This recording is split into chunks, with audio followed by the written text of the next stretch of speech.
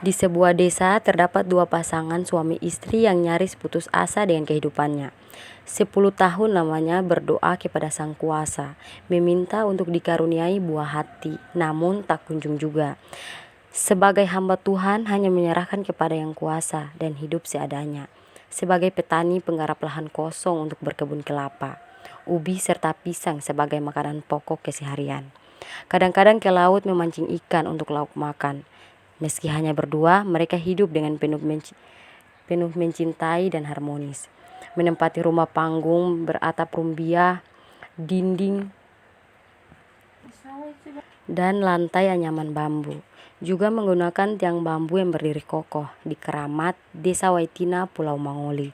Pasangan suami istri itu bernama Matamit dan Finabot, yang artinya lelaki berkulit hitam dan wanita berkulit putih. Setelah sekian lama menanti, akhirnya suatu hari datanglah kebahagiaan. Finabot mulai mengidam anak yang telah lama dinantikan. Betapa bahagianya kedua pasangan itu, hingga merayakan keberkahan itu dengan meriah. Seperti tradisi masyarakat setempat ketika mendapat apa yang telah diinginkan. Setelah pesta berlalu, hari-hari mereka mulai berbeda. Finabot yang sebelumnya sebagai pekerja mulai banyak istirahat di rumah.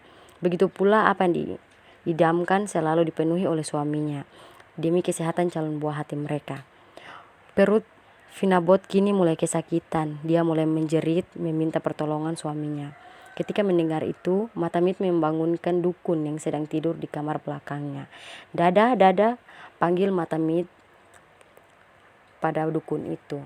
Mendengar yang memanggil itu di kamar, langsung menyambut dan istrinya telah menjerit kesakitan.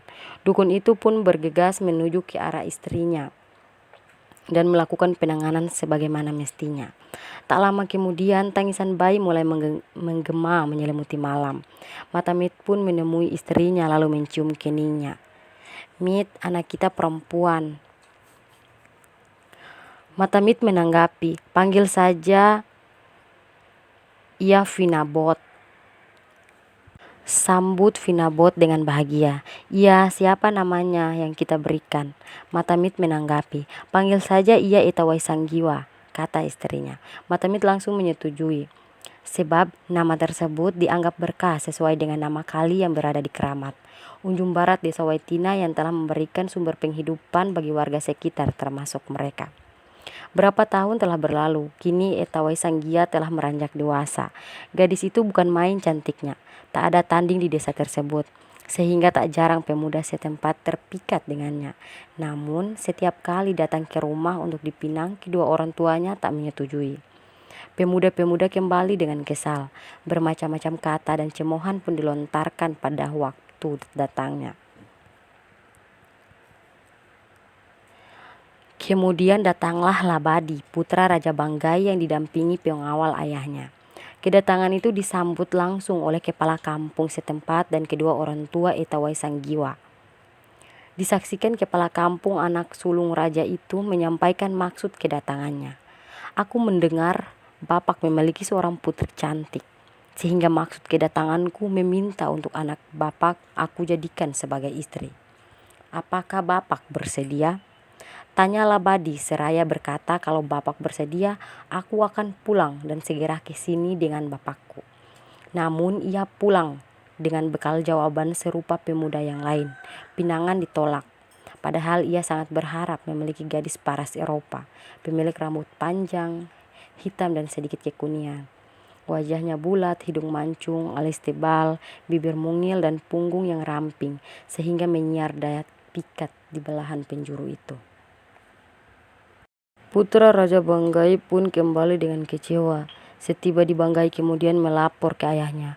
"Hormatku ayahanda, pinanganku ditolak oleh ayah dari Etawai Sanggiwa," keluhnya. "Kenapa kau ditolak?" tanya sang raja sembari meminta untuk segera kembali di bawahnya bunga kembang itu. Mendengar perintah itu, Labadi pun bergegas dengan menaiki pundak ikan hiu. Ia menyebari samudra dan menemui Etawai Sanggiwa di muara air Sanggiwa, yang sementara mandi dan mengemas rambutnya dengan ampas kelapa yang ia bawa dengan tempurung, juga memegang satu butir telur ayam. Etawai Sanggiwa tiba-tiba terkejut melihat kedatangan Labadi. Setelah turun dari pundak ikan, Labadi menyapa pujaan hatinya. Kau sangat cantik. Ikut aku dan menikahlah denganku. Kita akan hidup bahagia di kerajaan dan kelak kau akan menjadi pemaisuri untuk aku dan rakyatku. Labadi merayu. Tidak, aku tidak akan mengikutimu sebelum diserestui oleh orang tuaku, jawab Etawai Sanggiwa. Mendengar jawaban itu, putra raja pun mengulurkan tangannya dan menyeret putri semata wayangnya. Matamit yang sedang telanjang itu hingga naik ke punduk ikan hiu dan mereka mulai berangkat meninggalkan daratan. Karena tak diinginkan oleh putra raja, ia mencabut penikam konde dari rambutnya dan menikam di kepala ikan hiu. Karena kesakitan, ikan hiu berbalik arah dan kembali ke ufuk timur Pulau Mangoli. Hingga akhirnya ikan hiu melepaskan di balik batu liwanga. Setelah menginjakan kaki di batu tersebut, telur yang dibawa oleh Etawai Sanggiwa meretas menjadi seekor ayam jantan putih. Dan Etawai Sanggiwa karena terlalu lama dalam keadaan telanjang, ia melekat dengan batu dan tubuhnya sebagian telah menjadi batu hingga seluruhnya. Batu itu orang menyebutnya Fat Finakoa atau batu gadis yang berdiri berpaling ke arah laut sambil memegang seekor ayam jantan di atas batu tebing di tepi pantai yang berdekatan desa Waisakai, dan batu tersebut tak ubah monumen patung ikon sejarah buatan arsitektur. Juga putra Raja Banggai yang berada di sebelah kiri Etawai Sanggiwa tak lagi kembali karena turut menjadi batu yang disebut sebagai batu Banggai. Dua-duanya terletak di sebelah kanan Waisakai dengan menempat jarak sekitar 2-4 km. Matamit dan Pinabot yang merasa anaknya lama tak kembali, mereka pun melakukan pencarian. Berhari-hari dilalui dalam pencarian tak kunjung ditemui.